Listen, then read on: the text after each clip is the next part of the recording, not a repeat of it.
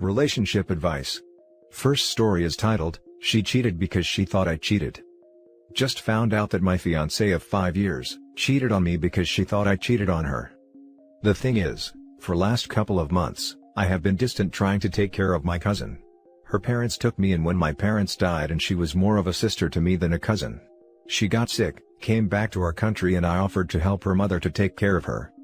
Last few weeks I had this gut feeling in my stomach that something was wrong. I knew I had been distant but I had tried talking to her and tried to make amends. She said okay, but she was not into it. It was accompanied by a number of the usual red flags. Being secretive of her phone, late nights, reduced intimacy, and other things. It was not until last week I snooped in her phone, that I found out about her affair with her co-worker. I confronted her immediately, denied at first, showed her the proof and broke down admitting to cheating. When I asked why, she said because I had been distant and thought I was cheating. That all the late nights and times I didn't answer the phone, she thought I was cheating, even despite assuring and showing her that I was not. She apologized and cried, telling me not to leave her and asking for another chance. That she loves me, and she was dumb and made a mistake. I left, and I have been staying with my cousin. She has been blowing up with texts and calls apologizing. I just feel numb about this. Now for the top advice. Phrase, because I thought you were cheating. Translation, I want to blame my actions on you because I can't face up to my failings. People who cheat always get paranoid their significant other is cheating, because they realize that they are capable of it, so their SO must be too. Projection at its finest. Sorry you're here mate, you deserve better. That's true fact. This is very true. Dated someone who cheated because he swore up and down that I was. I never did, and never even gave him a suspicion or reason to. Even after our circle of friends gave him a hard time about it, he tried telling everyone that I was doing it first so he wouldn't look as bad. People suck. What a crap show. To even think that cheating on your partner is an appropriate reaction to him maybe cheating, tells a lot about the character of your fiancé. What will she do next time, when you both hit a rough patch? When your job gets more demanding and you have to work longer than normal? What you should do now, is take care of yourself. If you had S with her, since she cheated, demand that she gets tested for STDs and get tested herself. That is the first thing you should do. Then ask yourself, if you think, that you will ever be able to trust her again. She never wanted to come clean. She not only decided to not give an F about you when she cheated, but made the same decision again and again when she had the chance to come clean. She doesn't regret that she cheated on you, she only regrets that she got caught. Is that the woman you want to spend your life with? Make that decision, and then act on it. Please don't start drinking alcohol because of this. You need a clear head now. Alcohol won't do you any good. You are worth so much more than to be treated this way. Good luck and stay strong. If she had suspected, she should have come and spoken to you first, rather than acting out on it. I'm afraid I don't buy that story, and the only conclusion I can come to is she regrets being caught. Also, the blame game and shifting everything is just a ploy. You need to ask, did she ever confront you for cheating? Did she ever ask you those questions? Instead she acted upon her suspicions. I do believe she knew what she was doing. Frustrated for getting caught out. I totally agree with you, she just cooked up a story accordingly. Now for the second story. Don't be me and live with regret, a man's letter to other men tempted to cheat.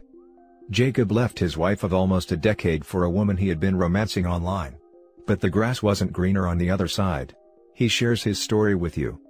I was 9 years ago. I was married, had been with my wife for 15 years. Then, I left her 2 months short of our 10-year wedding anniversary. We were parents to 2 beautiful children, who are in their late teens now, but were only 7 and 9 years old when I walked out. I traveled for work, stayed in a different hotel at least 3 nights a week. That's how I met Eve. We got to know each other over time. We became Facebook friends. We sent messages to each other all day and night. She was also married, also had 2 kids. We had so much in common, we soon fell in love. I felt like she got me. This was all during a very trying time in my marriage. I wasn't happy, I didn't look forward to going home. My wife had put on weight, we hardly ever spoke, she always looked so miserable. Little did I realize that I was the reason she was so down and depressed. I didn't pay her any attention. I took her for granted. I was too busy wishing my life was more exciting, being romanced online, spending all of my free time thinking how I could get out. I believed she didn't love me. I convinced myself she never cared about me or my needs and wants and wishes, that all I was a paycheck. She spent her free time taking care of us, our kids, making our suppers, doing our washing, making lunches, doing homework, projects, shuttling kids to sport, taking care of the pets they loved so much, their friends, and had a job of her own on top of it all. Every time she spoke to me, all I heard was nagging and whining. But she was actually begging for my attention, a weekend away, a date night, a movie, everything I ended up doing with Eve behind her back and after I left my family. We argued and fought because we felt unheard by the other. And yet that was all we actually had to do, listen to each other. I moved to another province with Eve. My now ex-wife got custody of our kids. I saw them every second weekend, the usual dad setup. New beginnings. Life was sweet. Even I had an amazing life. A connection I believed I never had with my ex. We had a large circle of friends. My family loved her. My kids liked her. But my ex could never bring herself to meet Eve. She felt betrayed. I hated her even more. She was childish. She was mean. She never cared about me or my happiness. I didn't care about my ex's feelings when I posted photos of us on Facebook. I had even a whole new life and it was fantastic. We were together for about 6 or 7 years but never married. We believed marriage was not our thing. I believed that after 15 years with my ex, we'd given it all we could and our time together was up. There was nothing we could do to salvage our relationship or marriage. Eve was my future. Eve was who I should have been with all along. Eventually, no matter how well we got along in the beginning, no matter how well I thought she got me, no matter how good the was, the honeymoon came to an end. Eve and I started snapping at each other. Little fights here and there. I had a moment of pure realization one night, at about 2 a.m. I realized that I missed the woman who created my first home and family. I realized that if I'd treated my ex-wife the way I'd treated Eve, used the hours I spent wooing Eve on my ex, she'd have bloomed. If I'd stopped being negative about her and our relationship to my family and friends, they wouldn't have been so negative to her and she wouldn't have pulled into herself and shied away. She became someone I convinced myself I no longer knew or got along with because I never gave her the time and affection and attention she craved and deserved. I thought I had, but when I got down and really thought about it, I never really did. I never really let her in. I had ended my marriage years before with the simple decision that she was no longer who, or what I wanted. And I'd convinced my family and friends the same, that she was no good for me. Regret sets in. But I was wrong. I missed the best years of my kids' lives. Missed being a family with them. I let their mother battle with raising them alone. Yes, I helped financially, but a man living outside his family has no real idea what the costs are on the single mother. While even I ate steaks on the weekends, my ex-wife was living on egg and toast. And do you know that she never complained? She never demanded more money out of me. She never stopped me from seeing the kids. Never said no if I changed plans on her at the last minute. She gave up her weekends so that my mother could spend time with her grandchildren.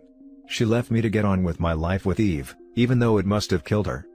Like any relationship, it had started out good, great in fact, but when it go bad, I decided to leave. I walked out and divorced a woman who, and I can only see this now, would have done anything for me. But I told myself she wouldn't or couldn't. My ex-wife stayed single for 8 years. She dated but never got involved. Her being single was also a kind of affirmation for me, that no one wanted her, that everything I'd decided she lacked, so did other men. She actually stayed single to focus on our children. Too late. And then came the day she met Craig. I never thought it would bug me in any way if she got a boyfriend. I thought it would be great. But I was very wrong. I felt hurt. I felt jealous. I even felt angry and maybe betrayed. She moved in with Craig, along with my kids. She set up a new home. A new family, with my kids. It was a very bitter pill to swallow. I finally understood how she'd felt all these years. And it felt rotten. I watched via Facebook and through conversations with our old mutual friends how Craig spoiled her and the kids. Their weekends were spent on the beach, he surfed with my son. They went hiking in the Berg. They went to Mauritius where he proposed on a kayak, and she said yes. They got married. My daughter was a bridesmaid.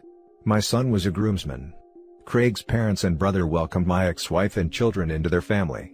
They told everyone how blessed they were to be gaining them as family. She glowed with happiness. She radiated love and none of it was for me. My heart felt like it had been ripped out. It should have been me. Don't be me. You think you will never be happy when you are in a rut. It is when you are there at your darkest that you need to grip down and try your hardest. Today I live alone and still only see my kids occasionally. They are big now and harbor anger towards me for leaving them and their mother. Who can blame them? Of all the things Eve was, she was never the mother of my children, my original true love. Now for the top comments. I've become pretty jaded about this kind of article. How much of this is only because his new relationship didn't work out? If it had, would he be writing, "Following my heart was the best decision I ever made" instead? Because the damage he did to his wife and kids is the same no matter whether his own ending is happy or not, but he seems to think this is only a cautionary tale because he ended up miserable and alone. That's a really good point. It doesn't change how crappy a person he is in the end because he's still careless and dangerous. It's just nice, in a way, to know he's suffering just as a mild form of justice. And they say there is no such thing as happy endings. There is a similar article from a woman's perspective. The title is, "I left the love of my life because I thought I could do better. Now I'm childless and alone at 42. These perspectives, however, usually only apply in hindsight. What about regret not cheating? What if you found out that your spouse was not faithful for over a decade and you turned down a lot of experiences for nothing? I still wouldn't regret not cheating. One of the things I'm the most proud of, during my 8 months of torture following D-Day until final separation, is that I remained true to my own values and I didn't deface myself by lowering myself to my ex-wayward spouse's level." Precisely. My soon-to-be ex-husband and I have been separated for over a year, and he's been living with his affair partner for all of that time. I still haven't slept with anyone else, because I meant my wedding vows. Until my final papers show up, I won't. It's for me, not for him. It's about staying true to my word. Girl. I am with you. I rage screamed in my soon-to-be ex-wife's face that I wasn't dating anyone out of respect for my own values, not for her, because she doesn't deserve it. I get you.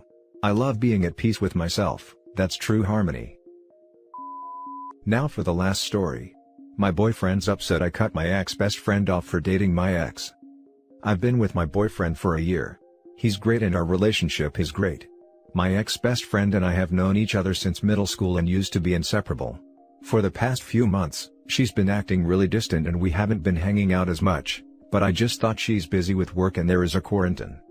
A week ago, I woke up to an Instagram post of my best friend kissing my ex-boyfriend, with the caption that he's made her the happiest woman alive. I was so shocked. This is my ex-boyfriend I was with for 3 years and my most current ex. She knows that he was verbally abusive and has beaten me twice. Second time I broke up with him, I know I should have left after the first time. I went crying to her dozens of times over him and she helped me realize I didn't deserve that treatment and gave me the courage to walk away. So, seeing her post him was just betrayal in the rawest form. I called her immediately and she said that after I broke up with him, he reached out to her to try to get back with me, but she helped him realize that he's toxic and shouldn't be in a relationship and basically became his therapist he relied on, and after a few months he changed, and they fell in love and she hopes I'll understand. She then asked me if I was still hosting her birthday party in a few weeks, and that she wants me and my ex to be cordial because we'll be around each other from now on. I hung up and proceeded to block her everywhere. I'm never planning to talk to her again. My boyfriend noticed I was in a funk and asked me what's wrong, and I told him. I thought he would understand that I'm more upset at my friend's betrayal, but he seems more focused on my ex and says that I must still have feelings for him if I was willing to cut my best friend off. I told him that I don't have feelings for my abuser, and I'm offended he would say that, but of course anyone would cut their best friend off if they dated an ex. I then saw he started liking his ex's pictures all from the past month, and when I asked him why, he went on a binge liking spree. He said that I have no room to talk since I still want my ex. He's very upset and hasn't replied to my messages all day. I have to deal with the betrayal of my best friend and now my boyfriend's pissed at me, and I feel like crap because I don't see how I'm wrong, but I don't want to play the victim. Now for the top advice. Your new boyfriend sucks. You're doing the best thing for yourself by cutting your best friend off. Your friend will end up the victim. It's perfectly okay to cut off someone who is dating your abuser. He abused you and you cried to her about it, only to find out your best friend is dating your abuser. It's traumatic and it's a betrayal. I think you should tell your boyfriend about what happened with your ex, if you haven't already. Then your boyfriend might be able to understand why you would cut her off. Since she's your best friend and dating your abuser, You would have to see your abuser anytime you see your best friend. That's unnecessarily reliving your traumas by seeing your abuser. Hopefully this helps and your boyfriend can see your point of view. If he doesn't understand, I would suggest reconsidering the future of this relationship. Especially since he did something petty to hurt you because he thinks you still have feelings for your ex. I think that alone is enough to reevaluate this relationship. So, speak to him. Explain your side and what your ex did to you that makes you want to go no contact in every way possible, which includes cutting off your best friend because she's dating him. It's more of you keeping your ex out of your life by blocking your best friend. If he still thinks you have feelings for your ex and doesn't apologize for his petty behavior of liking his ex's photos, then please think about whether this relationship should continue. Piggybacking this because it's the real correct answer. Your boyfriend obviously thinks you still want your ex. Explain to him that he was your abuser and him being near is traumatic. It has nothing to do with romantic feelings toward him. Hopefully he gets it and changes his tune. If he doesn't, then he's an idiot, but it's not fair to assume that until he's been presented with the truth. Holy crap, I break up with your boyfriend and never speak to him, or your ex best friend ever again. The whole lot of them are heartless, toxic people. I am so sorry you're surrounded by all of this. Yep, the boyfriend sounds like a child. I would break it off with him ASAP. He sounds like a loser. My boyfriend cut off his friend for dating an ex because, like you said, it's a betrayal. I didn't feel any type of way about it because I would have done the same. And that's it for this video, guys. If you have thoughts to share, leave a comment below. Don't forget to hit like and subscribe if you like this content. I'll catch you in the next one. Good day everyone.